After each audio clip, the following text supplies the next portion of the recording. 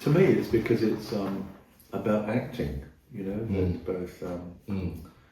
You know, Nina is an aspiring actress, and we have a very experienced actress in it. And you know, Nina,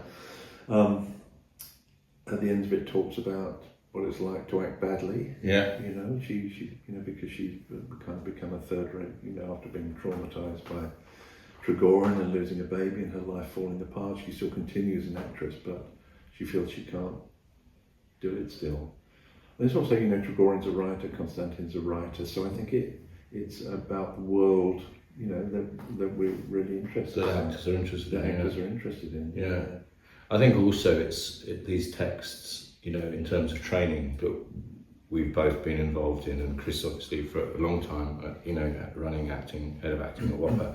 I think these are the texts that are seminal to the processes that actors will, you know, will incorporate and use, and kind of, you know, so it lends itself to actors making discoveries about what their process might be. And I think that's really important, is that there isn't a standardized way to do something. Everyone's an individual, and I think a play like this allows people to find their interpretation and find their Nina, you know, their Trigorin.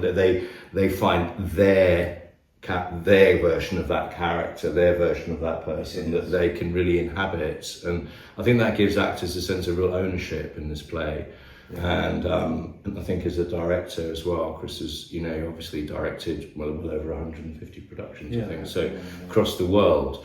And I think, so you would have used this play, you know, a great deal. I have. So there's a great knowledge here off a text like this, which I think for a 2-day, you know, 16 hours masterclass with actors, it really kind of lends itself to them hopefully making a breakthrough. Because I think for me, if I as a professional actor, it doesn't matter what my level would be, if I see this opportunity to work with someone of Chris's experience, you know, to be in the room with them, I would be there like a shot, because I would know I would come out of it and it would really enhance my auditions, my work on set, my work on TV, my work in theatre, whatever it might be. So.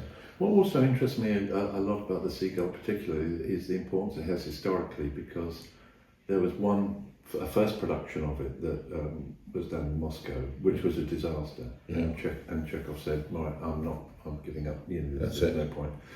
And then Stanislavski persuaded him to do another production of it.